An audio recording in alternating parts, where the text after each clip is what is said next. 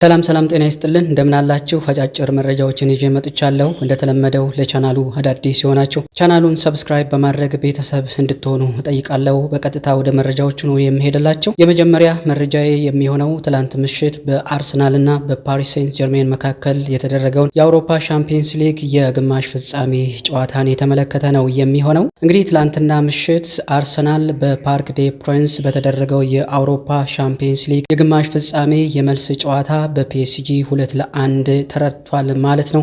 እንግዲህ በአጠቃላይ በደርሶ መልስ 3-1 በሆነ አጠቃላይ ውጤት ተሸንፎ ከአውሮፓ ሻምፒየንስ ሊግ የፍጻሜ ጨዋታ ውጪ ሆኗል ማለት ነው። ከሳምንት በፊት በኤምሬትስ ስቴዲየም በተደረገ የመጀመሪያ መርሃ ግብር ጨዋታ ኦስማን ዴምቤሌ ባስቆጠራት ብቸኛ ግብ ፒኤስጂ አርሰናልን 1-0 ማሸነፉ የተጫዋች ጉዳቶችና የፊት መስመር አጥቂ ችግር ላለበት ለአርሰናል የሁለተኛው መርሃ ግብር ጨዋታ አስቸጋሪ እንዲሆን አድርጎበታል። ሁለቱም ክለቦች ያደረጉት የግማሽ ፍጻሜ ጨዋታ ውጤቱ በ10 ደቂቃዎች የተወሰነ ነበረ። በመጀመሪያዎቹ 5 ደቂቃዎች ፒኤስጂ በኤምሬትስ ስታዲየም በአርሰናል ላይ የበላይነትን ወስዶ ጎል ሲያስቆጥር ሲሆን ሁለተኛው ደግሞ ትላንት ምሽት አርሰናል በ5 ደቂቃዎች ውስጥ በፓርክ ዴ ፕሪንስ በፒኤስጂ ላይ የበላይነትን ወስዶ ጎል ማስቆጠር አለመቻሉ ናቸው ተብሏል። መድፈኞቹ በፈረንጆቹ ሜይ 31 በሙኒክ አሊያንስ ዛሬና በሚደረገው የፍጻሜ ጨዋታ ላይ እንደማይሳተፉ የተረጋገጠበት ይህ ጨዋታ በአንጻሩ ደግሞ ፒኤስጂ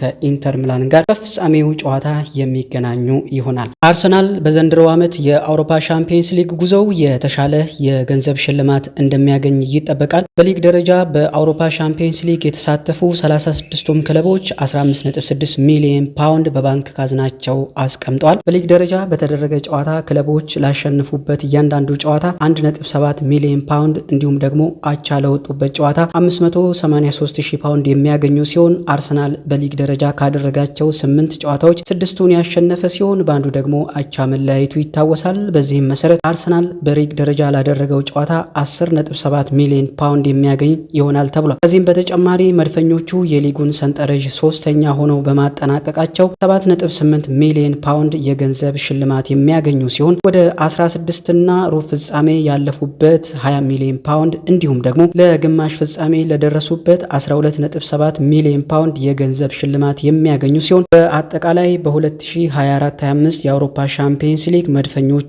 ወደ 68 ሚሊዮን ፓውንድ የሚጠጋ የገንዘብ ሽልማት እንደሚያገኙ ይጠበቃል። በመጪው የክረምት የዝውውር መስኮት አርሰናል በዝውውር ገበያው ላይ በንቃት ይሳተፋል ተብሎ ይጠበቃል።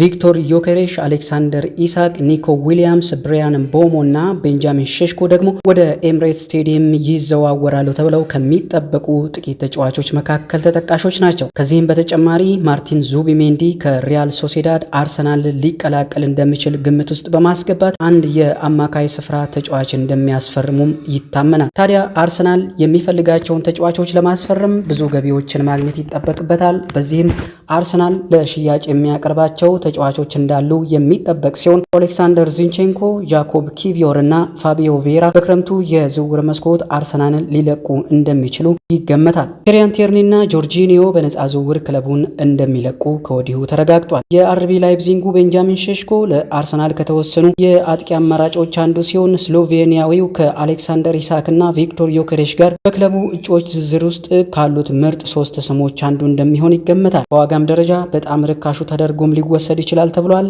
እንደ ስካይ ስፖርት ጀርመኒ ጋዜጠኛ ፍሎሪያን ፕሌተንበርግ ዘገባ ከሆነ የ21 ዓመቱ ተጫዋች የወል ማፍረሻው እያሳየ ባለው ብቃት 68 ሚሊዮን ፓውንድ ደርሷል ተብሏል። ነገር ግን አርቢ ላይፕዚንጎች ተስማሚ የሆነ ዋጋ የሚቀርብላቸው ከሆነ ተጫዋቹን ከዚህ በታችም ሊሸጡት እንደሚችሉ ተዘግቧል።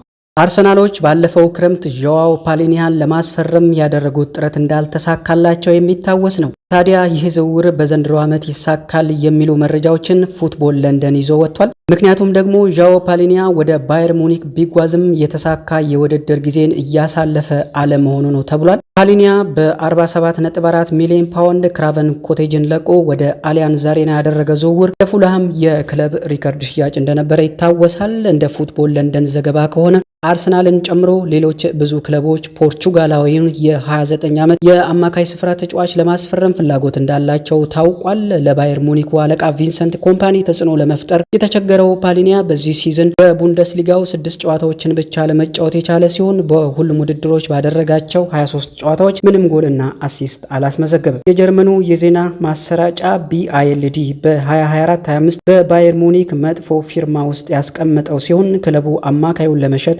እየፈለገ እንደሆነም ዘግቧል። በፓሊኒያ ዙሪያ ያሉ ሁኔታዎች አሉታዊነት ቢኖራቸውም አርሰናሎች የጆርጂኒዮ ምትክ አድርገው ለማስፈረም ፍላጎት እያሳዩ እንደሆነም ተገልጿል። አርሰናል የዶርትሙንዱን የፊት መስመር ተጫዋች ጄሚ ጊትንስን ለማስፈረም ፍላጎት እንዳለው ተገልጿል። ተጫዋቹን ለማስፈረም የሚደረገውን ፉክክር በበላይነት እየመሩ እንደሆነም ተነግሯል ማለት ነው። የ20 ዓመቱ ጊትንስ በዘንድሮ ዓመት ለዶርትሙንድ ድንቅ ብቃቱን ማሳየት የቻለ ሲሆን በሁሉም ውድድሮች ባደረጋቸው 46 ጨዋታዎች 12 ጎሎችን ማስቆጠር የቻለ ሲሆን 5 ለግብ የሚሆኑ ኳሶችን አመቻችቶ አቀብሏል። ተጫዋቹ በክረምቱ ዶርትሙንድን ሊለቅ ይችላል እየተባለ ሲሆን ከአርሰናል በተጨማሪ ሊቨርፑል እና ቼልሲም ተጫዋቹን ለማስፈረም ፍላጎት ካላቸው ክለቦች መካከል የሚጠቀሱ ናቸው ተብሏል። ቼልሲዎች የቦርንማዙን የተከላካይ ስፍራ ተጫዋች ዲን ሃውሰንን ለማስፈረም በሚደረገው ፍክክር ውስጥ ግንባር ቀደሞቹ መሆናቸውን ቲምቶክ ዘግቧል። ሰማያዎቹ የ20 ዓመቱን ተጫዋች በጥብቅ ይፈልጋሉ።